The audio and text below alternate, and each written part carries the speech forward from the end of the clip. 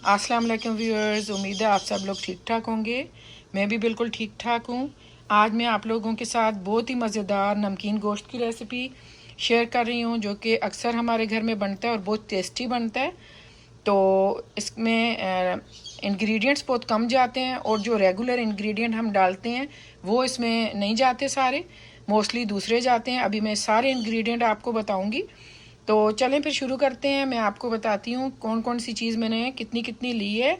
तो इसके लिए मैंने मटन लिया है, लेग का पार्ट है, और तकरीबन ये 1.25 किलो गोश्त है, जिसमें बोटी के साथ ये थोड़ी सी चर्बी भी आपको नज़र आ रही होगी। इसके अलावा इसमें हरी मिर्चें जाएंगी, इसमें लाल मिर्च और हल्दी का कोई बिल्कुल ज़िक्र ही नहीं है। बिल्कुल इसका अगर हम वो डालेंगे तो फिर तो टेस्ट सेम हो जाएगा, जिस तरह हम मोस्टली भुना गोश्त बनाते हैं या शोरबे वाला बनाते हैं तो वो सेम हो जाएगा। तो वो हमने नहीं करना। तो ऐसा बनाना है कि टेस्टी भी हो और डिफरेंट भी हो। तो हरी मिर्चें जाएंगी, जो कि मैंने बड़ी वाली जो वो मिर्चें ली हैं वो ज़्यादा कड़वी नहीं होती, वो 10 ली हैं मैंने, काट ली हैं। और अदरक जूलियन कटिंग मैंने कर ली, पतले पतले स्ट्रिप्स मैंने काट लिए हैं। ये तकरीबन 2 इंच का टुकड़ा होगा। अदरक इसमें ज़्यादा जाएगी, लहसुन नहीं जाएगा बिल्कुल भी। ये इतनी मैंने ले ली है। और ये टमाटर लिए हैं मैंने, 3 टमाटर लिए हैं, ऐसे छोटे छोटे काट लिए हैं। आप 4 से 5 टमाटर भी डाल सकते हैं, आपको अगर पसंद है। इसमें टमाटर का टेस्ट बहुत अच्छा लगता है। इसके अलावा गार्निश आखिर में हरे धनिए से गार्निश कर देंगे हम। और इसमें नमक जाएगा और ब्लैक पेपर पाउडर जाएगा। काली मिर्च का पाउडर मैं 1 टीस्पून ले लूँगी, और साल्ट भी 1 टीस्पून ले लूँगी। और आप लहसुन डालना चाहें तो लहसुन भी डाल सकते हैं, मैं सिर्फ अदरक डाल रही हूँ। चलें फिर पकाना शुरू करते हैं। सबसे पहले हम गोश्त डाल लेंगे। ये बोटी ज़्यादा बड़ी नहीं होगी, छोटी होगी, बहुत ज़्यादा बड़ी बोटी नहीं करनी। और इसमें मैंने हड्डियाँ भी ली हैं,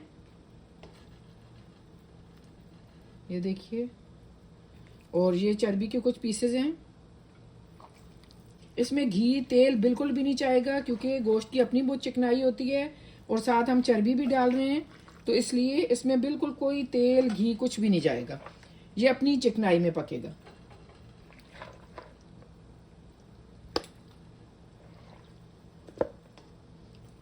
ये बगैर हड्डी के भी आप बना सकते हैं, बिल्कुल बोटी के साथ, तो वो और अच्छा लगता है। लेकिन हड्डी का थोड़ा फ्लेवर होता है, इसलिए मैंने ली है।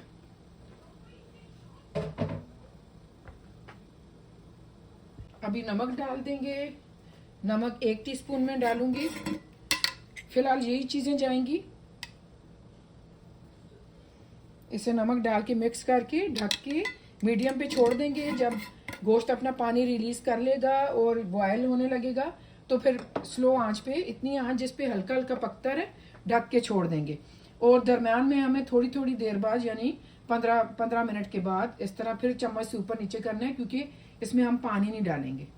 तो चेक करते रहना है ताकि नीचे लगे नहीं। फिर गोश्त में अच्छे से नमक मिक्स कर लें और फिर इसे ढक लें थोड़ी तेज आंच पे, लेकिन ज़्यादा तेज़ नहीं कीजिएगा।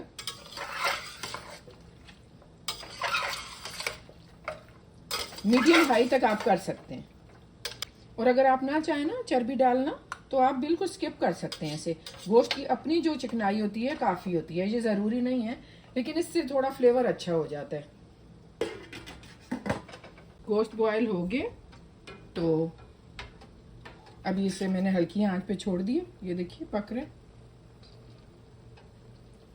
बस अब ढक के लो हीट पे छोड़ देंगे, जिसमें हल्का हल्का ये पकता रहे, गल जाए। तो 35 से 40 मिनट मैं इसे कुक करूंगी। गोश्त को मिक्स करके फिर ढक देंगे हम। देखिए इसने कितना पानी रिलीज किया है। तो अब फिक्र की बात नहीं है कि जलेगा, लेकिन फिर भी नज़र रखनी है कि ये पानी जब सूख जाए। मैं इसे अच्छा से मिक्स करके फिर ढक दूंगी। अभी बाकी के अज्जा डालेंगे। 35 मिनट मैंने पकाया है गोश्त को। आप अपने हिसाब से, आपके यहाँ कितनी देर में गलता है, कितनी देर बाद आपको ये टमाटर और हरी मिर्च और अदरक डालनी है, उस हिसाब से डाल लीजिएगा। अभी ये 3 अज्जा जाएंगे इसमें, हरी मिर्चें, टमाटर और अदरक। अच्छा, थोड़ी सी हरी मिर्चें और थोड़ी सी अदरक मैं बचा लूँगी गार्निश के लिए। आप इसमें वो तेज़ वाली मिर्चें होती हैं ना, छोटी वाली, वो भी डाल सकती हैं। वो आप पे डिपेंड करता है आपको कौन सी पसंद है। ये भी कड़वी हैं, ऐसा नहीं है कि नहीं है, लेकिन उन जितनी कड़वी नहीं है। इसमें अदरक का टेस्ट बहुत अच्छा लगता है। थोड़ी सी अदरक मैं बचा लूँगी गार्निश के लिए। टमाटर डाल लेंगे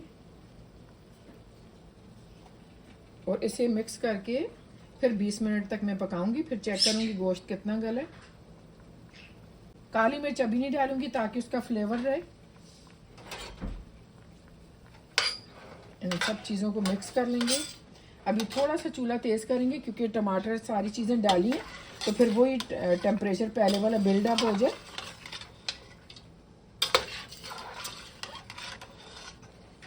अच्छा, इसमें जो है ना गोश्त 80 से 85% पकाना है। बहुत ज़्यादा जैसे वो टूटने वाला गोश्त नहीं होना चाहिए, तो ये ज़्यादा अच्छा लगता है। फिर चूल्हा मैंने हाई पे किए हुए है ताकि वही टेम्परेचर बिल्डअप हो जाए। अभी मैं ढक दूँगी इसे और फिर बॉयल जब आएगा तो फिर मीडियम पे मैं छोड़ दूँगी हल्का हल्का, ताकि पकता रहे और पानी भी ड्राई ना हो। तो 10-15 मिनट के बाद फिर चेक कर लूँगी। 1 घंटा गोश्त को पकाने के बाद हल्की आंच पे अभी मैंने चूल्हा थोड़ा तेज़ किया है ताकि इसका जो पानी है वो ड्राई हो जाए। और ढक के ही मैं पका रही हूँ अभी भी तकरीबन 11 मिनट से। तो तब तक पकाऊंगी ताकि जब तक कि पानी ड्राई हो जाए, लेकिन ढक के ही पकाना है। तो इससे ये होगा कि बाकी जो गोश्त की कसर है वो भी पूरी हो जाएगी। इसमें पानी अब बहुत कम रह गया, तो इसे अब हम भून लेंगे इसी तरह। कोई ऑयल तेल नहीं डालेंगे। ऑलमोस्ट पानी ख़त्म हो गया, तो अब इसे भून लेंगे। और थोड़ी देर बाद मैं 2-3 मिनट के बाद काली मिर्च पाउडर भी डालती हूँ।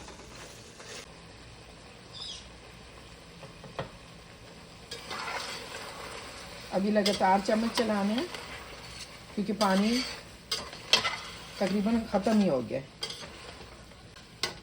ये देखें गोश्त की लुक।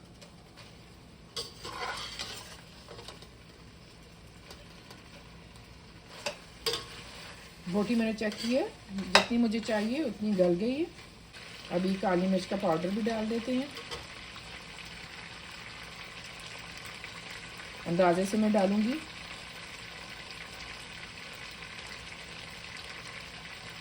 बस मैंने 1 टीस्पून अंदाजे से डाला है।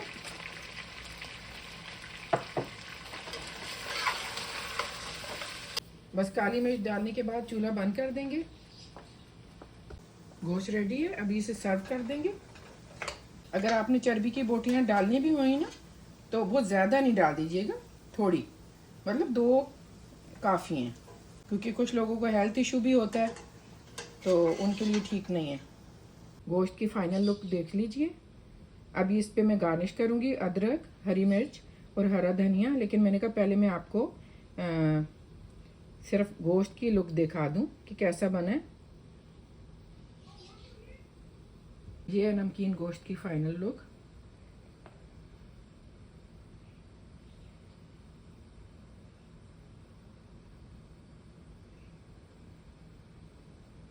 और इसे मैंने सैलेड और नान के साथ सर्व किया। आप इसे चपाती के साथ भी खा सकते हैं, रुमाली रोटी के साथ भी खा सकते हैं और नान के साथ भी खा सकते हैं।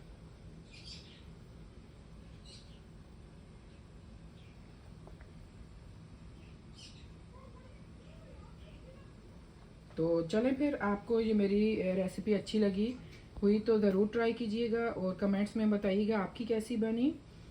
और मेरी वीडियो देखने का बहुत शुक्रिया। अपना ख्याल रखिएगा, दुआ में याद रखिएगा। आप लोग भी मेरी दुआ में शामिल हैं और आइए आप लोग भी हमारे साथ एंजॉय कीजिए नमकीन गोश्त।